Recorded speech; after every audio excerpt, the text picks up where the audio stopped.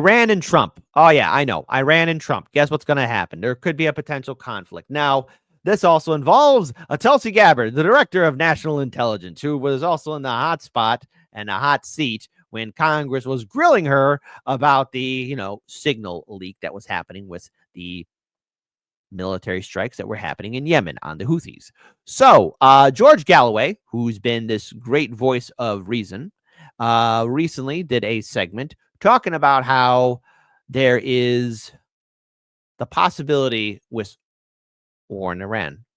But George Galloway references Tulsi Gabbard talking about Iran and the fact that it may not be building a weapon of mass destruction, a nuclear weapon. So first I want to pull up this article here. This is from March 27th, last month, just a few days ago. Tulsi Gabbard says Iran not believed to be building a nuclear weapon. So the United States intelligence community has assessed that Iran is not currently building a nuclear weapon, according to Director of National Intelligence, Tulsi Gabbard, former representative of the great state of Hawaii. Speaking before the Senate Intelligence Committee, Gabbard stated that the intelligence community continues to assess that Iran is not building a nuclear weapon, and Supreme Leader Ayatollah Ali Khamenei has not authorized a nuclear weapons program he suspended in 2003. So let's go ahead and pull up this video here. Shout out again to George Galloway, who has been a voice of reason. The big enchilada, is Trump going to attack Iran? If so, when and with what force, do you think? Well, we've been watching a pretty big buildup.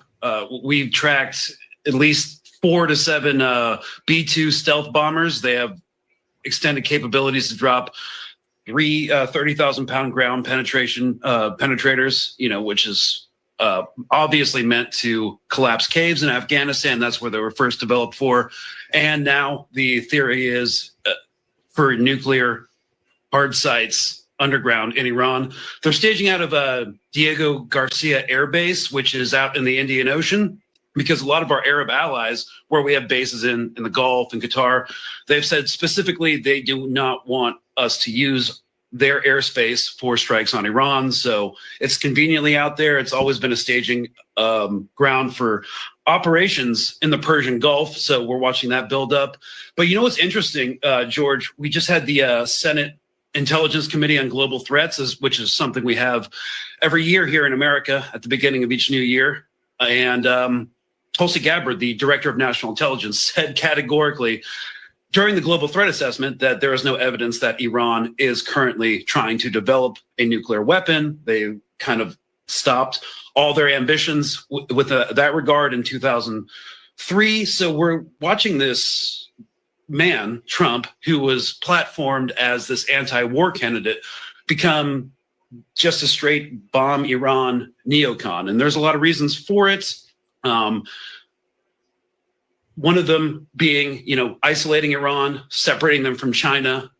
He wants to use this opportunity to implement a pan-Arab Abraham Accords. So for the audience that was just tracking, last administration, he pushed for the Abraham Accords, which was the normalization between Bahrain and the UAE and Israel. Well, he's kind of definitely signaled that he wants to do that for the entire Middle East and Gulf region, and separating Iran from that region is part of his massive foreign policy initiative.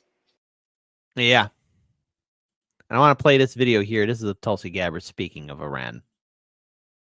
Hold on. My apologies. We just lost the audio. So let me just go ahead and reshare it again. Continuation of its influence in the Middle East, despite the degradation to its proxies and defenses during the Gaza conflict. Iran has developed and maintains ballistic missiles, cruise missiles, and UAVs, including systems capable of striking U.S. targets and allies in the region. Tehran has shown a willingness to use these weapons, including during a 2020 attack on U.S. forces in Iraq and in attacks against Israel in April and October 2024. Iran's cyber operations and capabilities also present a serious threat to U.S. networks and data. The IC continues to assess that Iran is not building a nuclear weapon, and Supreme Ran again. U.S. networks and data. The IC continues to assess that Iran is not building a nuclear weapon. Again. Capabilities also present a serious threat to U.S. networks and data. The IC continues to assess that Iran is not building a nuclear weapon, and Supreme Leader Khamenei has not authorized the nuclear weapons program that he suspended in 2003. The IC continues to monitor closely if Tehran decides to reauthorize its nuclear weapons program. In the past year, we've seen an erosion of a decades-long taboo in Iran on discussing nuclear weapons in public, likely emboldening nuclear weapons advocates within Iran's decision-making apparatus. Iran's enriched uranium stockpile is at its highest levels and is unprecedented for a state without nuclear weapons. Iran will likely continue efforts to counter Israel and press for U.S. military withdrawal from the region by aiding, arming, and helping to reconstitute its loose consortium of like-minded terrorists and militant actors, which it refers to as its axis of resistance. Although weakened, this collection of actors still presents a wide range of threats, including to Israel's population, U.S. forces deployed in Iraq and Syria, and to U.S. and international military and commercial shipping and transit. Now, I want to pull up this here because here's the thing. Now, this is not in the show notes as everyone's now speaking more about this. This is from comedian Dave Smith and podcaster as well. If Donald Trump actually does launch a war in Iran, not only will I not support it, I will apologize for the rest of my life for voting for the guy. Hey, Trump, listen, amigo, weren't you that peace candidate or not? Yay or nay? Yes, no. Because, look, I liked how you said about, ending the war in Ukraine. I want people to stop dying. I wasn't offended when you said that to Caitlin Collins on that CNN town hall last year. I could agree with that. Ending the war in Gaza, great. But guess what? The conflict in Gaza is still ongoing. Lebanon, Syria, what? Now Iran? Where does it end? Where does it end? Where does it end? And they were like, they'll probably cheer him on if he launches a war in Iran. And then I saw one guy underneath that said, he goes, I know Dave Smith sure will. And okay, it's just like a comment on Twitter, but I was just like blown away. And I'm not blown away by much, but I was like, does anybody actually thinks I would, just because I'm like, well, I did support this guy, so I'll rationalize and like defend getting in another war in the Middle East? Is that? Now remember, consistency is key. I like to think Dave Smith will be consistent on this because you know what? I don't know the guy, but I will say this. It is rude. It is very, very rude to assume that somebody would support something without really hearing their opinion. All right. And I think a lot of people just don't want another war. I think a lot of us across the political spectrum don't want a war. I don't want a war with Iran. I don't want a war with Ukraine. I don't want a war with Gaza. I don't want there to be any wars at all. And the thing is, here's the thing. I like to live, and I want all of you to live. Because I feel like we're just tiptoeing closer to that big red line that says, hey, any more conflicts, and that's it. Mushroom clouds in the sky, and that big wall of fire that vaporizes you. And God, I hope it's quick. Anyways. Like defend getting in another war in the Middle East? Is that? But just for anyone who may have that, I will say this. If Donald Trump actually does launch a war in Iran, not only will I not support it, I will apologize for the rest of my life for voting for the guy. That undoes any positive that might have come out of this. So just to be clear on that, it would be the most disastrous policy, and I just can't even believe. I mean, maybe that guy didn't even mean it, but I can't believe anyone would think that somehow we're now in the business of just sucking up to Donald Trump. Fuck that. I was as sharp as goddamn critic in his first 4 years. I was a pretty sharp critic for the next 4 years after that, and I supported him this time because it just seemed like in the moment we had two options and one was clearly preferable. But both options were shite. There. Well, I mean, technically three options because, you had Biden, then Kamala, and Trump. Now, I remember the election cycle. Maybe I'm getting senile here. Maybe I'm getting senile here. But, the number one issue that helped Trump win the second term was the economy. I mean, that's the one thing a lot of Americans care about. Like, it's not war. It's about, our wallets, our money, the cash, noticing it's a little light here. You know, that was the issue. I have no loyalty toward Trump or anyone in his cabinet or anything about the administration. I have loyalty to my principles and my country and my family, but none of that leads towards supporting a war in Iran. Okay, go ahead, Rob. Anything you want to weigh in with?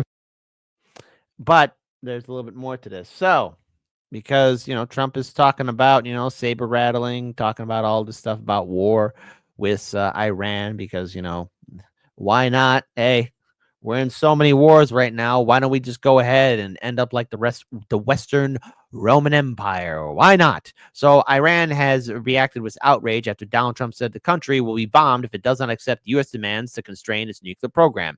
As we have covered here, again, Tulsi Gabbard says Iran not believed to be building a nuclear weapon. So why it matters? Again, it does matter because Iran's nuclear program has long been the focal point of U.S. foreign policy with concerns over regional security and global non-proliferation. Gabbard's statement comes amid heightened tensions in the Middle East, ongoing U.S. sanctions, and recent military confrontations involving Israel. President Donald Trump has also insinuated a maximum pressure campaign against Iran over its nuclear program, but the United States has not ruled out military action. To which I would say, hey, Tulsi, in the off chance that maybe you're now listening to this channel, or maybe you did, whatever, I remember saying, like, the best thing Tulsi Gabbard could do right now is not get involved with the administration. Just stay out. Just stay out of it. Have a podcast. Do your own thing. Don't be involved in politics. You'll be far more powerful outside than on the inside, because now you're attached to this, and you're attached to the Trump administration, because the U.S. president said on Sunday that if Iran doesn't make a deal, there will be bombing. It will be bombing the likes of which they have never seen before. What could go wrong? Stay with me, folks. What could go wrong, my lovelies, my mornings, my sunshines? Trump's latest threat, more explicit and violent than any made before, came after he sent a letter to Iran as yet undisclosed. Iran sent a reply to the U.S. stating it was willing to hold indirect talks, officials have confirmed. And just so you guys know, and just so you guys can see it, because after all, Trump has been making these statements about trying to bomb or instigate conflict with Iran. I do remember way early on in his first term when there was a crisis in the Iranian Straits, or in the Straits and waterways between Iran and Saudi Arabia, when initially there was going to be a bombing campaign, and at the last minute, Trump called it off because he said he didn't like it. Why are you liking this now? Why are you on board with this now, Trump? Who's pushing the button? Who is egging you on to go forward with an instigation and potential conflict with the Iranian government? Because we don't need another war. The United States and the American people don't need another war. What the American people do need is that they need relief. You know, we've been hit with natural and man-made disasters. The economy left behind by the Biden-Harris administration has hurt so many people's wallets. So shout out to George Galloway for talking about Tulsi Gabbard. It's saying, the director of national intelligence, saying like, hey, look, we don't believe that there's weapons of mass destruction there. So I mean, we have to assume that maybe our intelligence committee is doing the job, but there we go. And then of course you have Dave Smith also, who's calling it out. And I think a lot more people need to be speaking out against this. We don't want another war. I mean, are we 100% certain that this is what we want? Because if we go through with this, there's no getting out of it. It'll be worse than Iraq. And I want to pull up this video here. It's only 14 seconds. It's from Hotspot. Shout out to people who run Hotspot. They're doing great work. And that's a terrible way to pause this. Why did I pause this video at this point? On Iran, the president said he's also considering secondary tariffs if Iran doesn't agree to a nuclear deal. Quote, if they don't make a deal, there will be bombing. And it will be bombing the likes of which they have never seen before. And what could possibly, my lovelies, go wrong? Now, the thing is, I want to just read a little bit more of this article here. Trump will want assurances, at the very least, that a revived Iranian economy will not lead to extra funds for Iranian-backed militia. This is one of the concerns that Trump is having in regards towards Iran, maybe having its sanctions relieved. There's been so much pushback, but I want to pull up a little bit more from this article here. What to know? According to Tulsi Gabbard, U.S. intelligence agencies believe that while Iran has expanded its uranium stockpile, it has not taken steps forwards to assembling a nuclear weapon. She also noted Iran's enriched uranium reserves are at an extreme level for a nation without nuclear weapons, raising concerns among international observers. So the threat assessment, the DNI's annual threat assessment released alongside the hearing states that Iran aims to strengthen regional influence through its missile program, nuclear advancements, and diplomatic efforts with U.S. rivals. However, rising tensions with Israel and internal struggles are challenging Tehran's ambitions. The report notes that Iran's ability to rebuild military losses and deter Israel remains weak in the near term. So why do we want to go ahead and instigate anything further? So Tulsi Gabbard, as we have played before, the IC continues to stress that Iran is not building a nuclear weapon, and Supreme Leader Khamenei has not authorized the nuclear weapons program he suspended in 2003. Donald Trump has stated they cannot have one thing. They cannot have a nuclear weapon. And if I believe they're pursuing one, it will be very unfortunate for them. Here's one thing I've learned about the Trump administration. Whoever is the last person in the room with Trump, same thing with George Bush Jr., seems to have the final word or say. Whoever has the last phone call. You know, George Bush Jr. was told numerous times, hey, Saddam doesn't have WMDs. Saddam doesn't have WMDs. Saddam doesn't have WMDs. So many people were saying Saddam doesn't have WMDs. No weapons of mass destruction. And yet, here we are. Here we are again. Going after Iran. We're still dealing with the aftermath of the war on terror from 2001, and we're still at war. All what this has offered is nothing but pain and suffering. And if we haven't learned from our mistakes now, future generations will look at us and wonder, why didn't we speak out?